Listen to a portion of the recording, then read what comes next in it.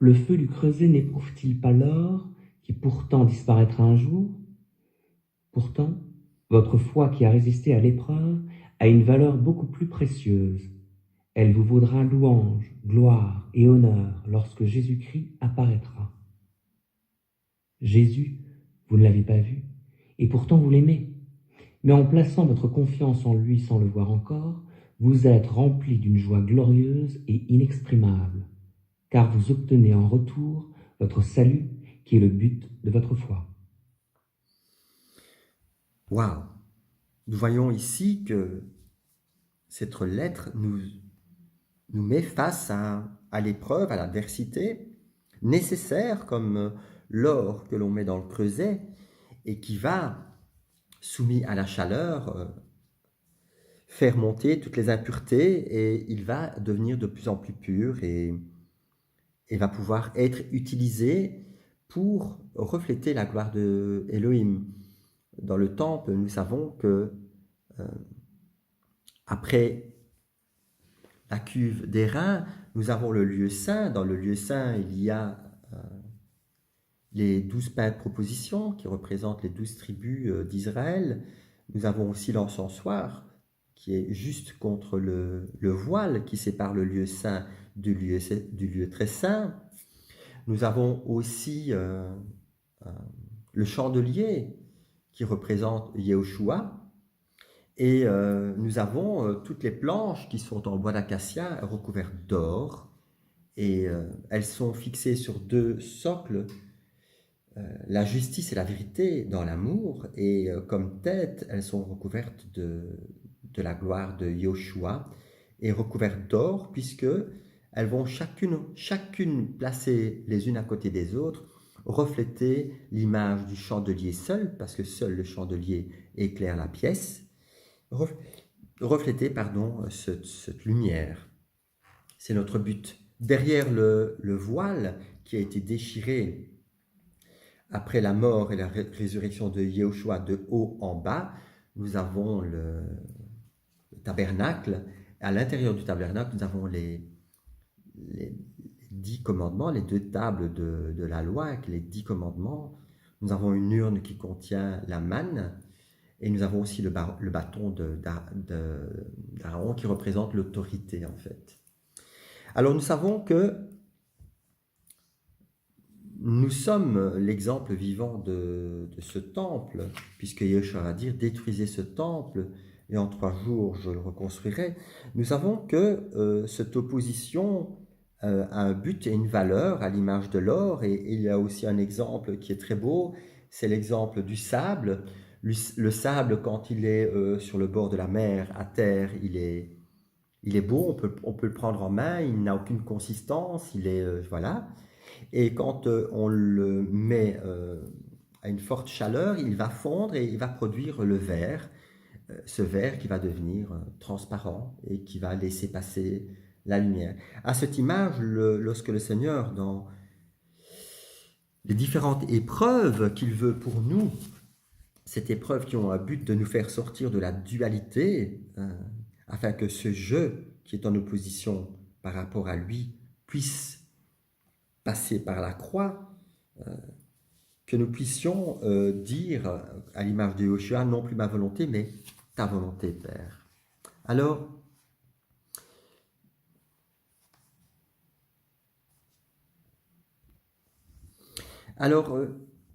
dans cette image de ce verre qui fond et qui devient transparent, nous avons cette image parfaite que l'on retrouve dans la parole de Dieu, cette image qui reflète la gloire d'Élohim.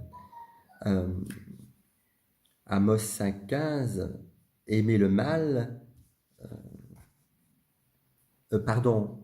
haïr le mal, aimer le bien, faites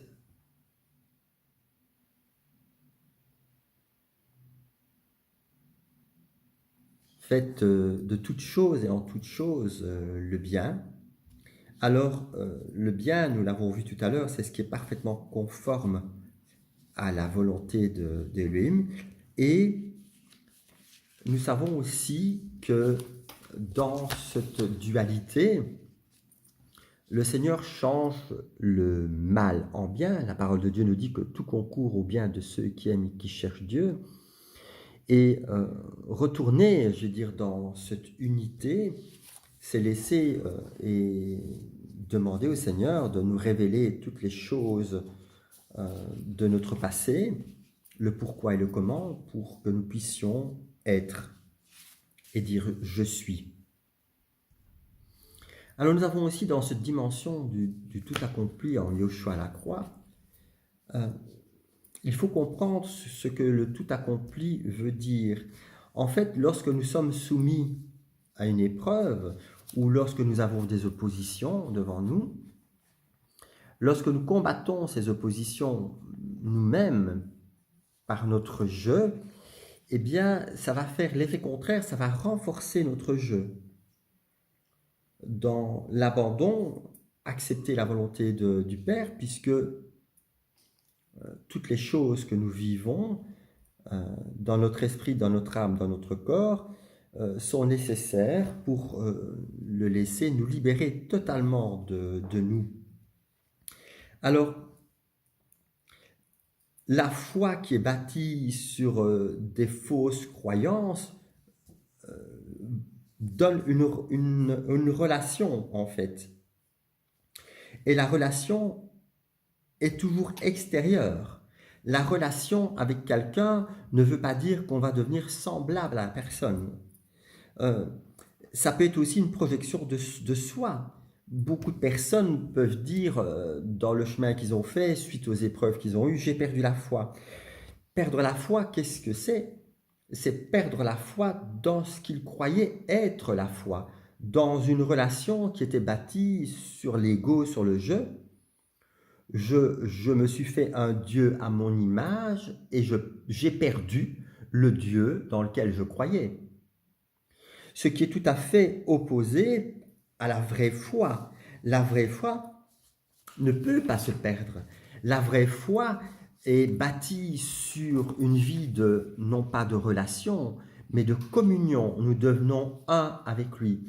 À l'image de la scène où Yehoshua va dire à travers le pain, « Je suis le pain, celui qui mange ma chair vivra ».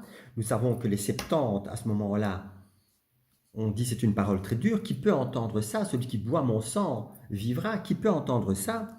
Nous voyons que cette dimension, non pas comme dans le catholicisme où la chair devient vraiment, le pain devient vraiment la chair, le sang devient vraiment le sang, c'est pas du cannibalisme, c'est pas ça du tout, mais puisque je deviens un avec lui dans son sacrifice, je communie, ça veut dire tout ce que je suis est en commun avec lui. Il est en moi et je suis en lui. Je deviens semblable à lui. Je prends part à ses souffrances, je prends part à sa mort et à sa résurrection. À l'exemple du baptême, on meurt avec Christ, avec Yehoshua, et on ressuscite avec Yehoshua. Je prends part à sa mort et à sa vie de résurrection, et ainsi, puisque le voile du temple est déchiré de haut en bas, je peux, à ce moment-là, recevoir le roi Kodesh, le souffle saint. Alors, ce n'est que dans cet abandon total à sa volonté que le souffle saint, le roi Kodesh, va faire ce travail en nous et rendre cette réalité invisible visible. La physique quantique nous dit que nous sommes constitués de 99,99999% de vide à l'image de l'univers et que l'atome qui, en apparence, semble solide, quand on va plus loin, l'atome n'est qu'une forme pensée. C'est extraordinaire. Donc, notre âme tient des milliards de cellules en place et chaque cellule est maintenue en place par une forme pensée. Et ce qui maintient toute chose en place, la physique quantique va appeler ça le boson.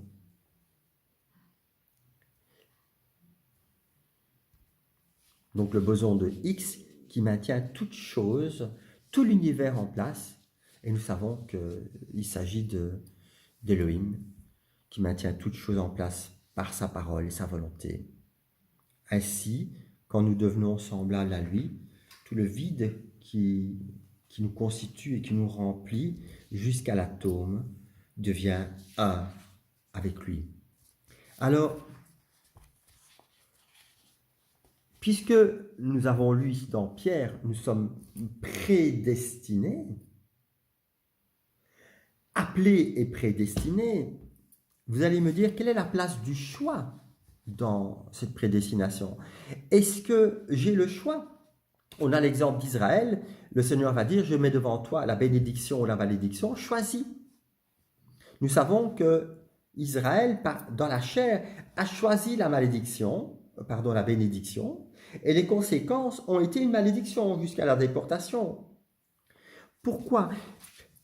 Parce que dans l'Israël, le premier Adam, le Seigneur nous a montré qu'il n'y a pas de choix possible. Peu importe les choix que nous faisons devant nous, ils seront toujours mauvais. Et il est là le problème du système religieux, c'est que en recevant Yeshua comme Seigneur, nous ne choisissons plus nous-mêmes. Nous vivons l'instant présent, c'est lui qui ouvre et qui ferme les portes, c'est lui qui nous conduit, c'est lui qui nous rassemble. Pas besoin de distribuer des tracts pour rassembler les gens, pas besoin de grands bâtiments, pas besoin de ceci, pas besoin de cela. Le Seigneur seul construit l'Ecclésia. Il va le dire qu'il construira l'Ecclésia et les portes de l'enfer ne prévaudront pas contre elle. C'est lui qui construit et lui seul. Les ministères dans le temple ont un but bien précis. Puisque toutes les planches étaient mises droites, derrière, il y a des anneaux en or, avec des barres en or. Les 4 ministères, prophètes, docteurs, évangélistes et pasteurs, tiennent les barres droites les unes à côté des autres. Et la barre centrale qui traverse les planches, le ministère des apôtres, qui est aussi tenu avec le roi Kodesh, le souffle saint, lui, est cette barre invisible qui est la parole reçue et révélée. Alors, puisque devant nous, nous n'avons pas de choix, je vais vous dire que ce choix est un choix dans le non-choix. Nous sommes libres de ne pas choisir, de le laisser choisir à notre place. Mais si je choisis moi-même, c'est mon je qui choisit. Donc c'est mon choix, qui va avoir des conséquences pour mon futur. Et aussi des conséquences sur mon passé. Puisque je peux très bien, puisque le temps est une illusion, je peux très bien agir sur mon futur, sur mon passé et sur l'instant présent. Vous allez me dire, mais comment puis-je, Roméo, agir sur mon passé? Si j'ai une peine qui m'a affecté dans mon passé, qui m'affecte dans l'instant présent et qui forcément va me faire choisir pour des choses futures, eh bien cette haine de mon passé ou cette blessure, je vais la nourrir. Donc j'affecte mon passé et je le fais grandir, puisque dans l'esprit, le temps n'existe pas. Donc je nourris une pensée qui existe de mon passé. Lorsque je suis conscient de cette pensée de mon passé qui impacte, affecte l'instant présent, et je décide de ne plus choisir de la donner au Seigneur, eh bien, elle n'aura plus d'incidence sur mon futur, puisque mon futur appartient au Seigneur. Je ne sais pas si je suis suffisamment clair dans ce que j'explique, mais à partir du monde spirituel, vous n'êtes plus limité dans un corps ici maintenant. Il n'y a plus d'espace ni de temps. Tout est réduit et tout est ramené à l'ici maintenant. au lieu de me disperser, je laisse le Seigneur me rassembler dans l'ici maintenant. Je suis. Donc, mon passé, mon futur est ici. Parce que je choisis de laisser le Seigneur me centrer sur lui seul. Alors, ça devient une réalité tangible, visible, une réalité qui va agir à l'intérieur et à l'extérieur. À l'intérieur, parce que la guérison du corps, de toutes les parties du corps, vont s'effectuer. Si par exemple, vous souffrez d'une telle maladie, moi par exemple, je vais prendre cet exemple, j'avais des allergies à différents aliments mortels. Ces allergies qui venaient du passé affectaient mon présent, mais mon futur aussi. Quand le Seigneur m'a montré l'origine, qui était un rejet de mon Père et de tout ce qu'il aimait, que dans le spirituel, le Seigneur m'a amené au pardon, il m'a permis de pardonner. Le pardon, c'est le don de pardonner, donc j'ai reçu le don de pardonner, non pas que je suis capable de le faire, je l'ai reçu. À ce moment-là, j'ai pardonné à mon Père décédé dans le passé, mais ça a affecté mon présent et mon futur. Donc chaque partie de notre être doit passer par la croix pour être ici, maintenant. Alors, l'épreuve trouve tout son sens. L'épreuve, lorsqu'elle est vécue, elle va produire la foi, la persévérance, et elle va être ce solide rocher sur lequel notre vie est bâtie, Yeshua, non pas un pasteur, un prophète ou peu importe, parce que le rôle des ministères n'est pas de dominer, de diriger. Le rôle des serviteurs, d'ailleurs ministre, ça veut dire serviteur. Et nous ne sommes pas plus grands que notre maître, Yeshua, qui était serviteur de tous. Quel est le plus grand? Celui qui est assis à la table ou celui qui sert? Et il va dire que c'est celui qui sert.